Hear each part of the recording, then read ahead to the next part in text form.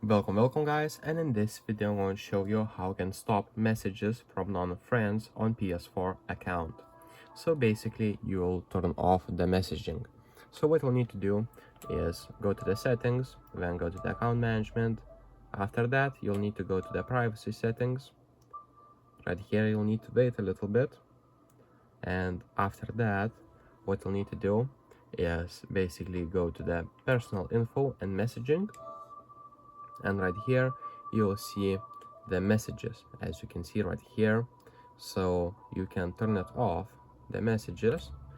So here you'll select who can send you messages, so on anyone, friends only, or no one. So select one of those and basically confirm it. I will leave it as it is, leave it, and no one will be able to send you random messages. So that's pretty much it, guys. If this video was helpful, please make sure to subscribe to Guide to Everything, comment down below for the algorithm, and see you in the next one. Peace.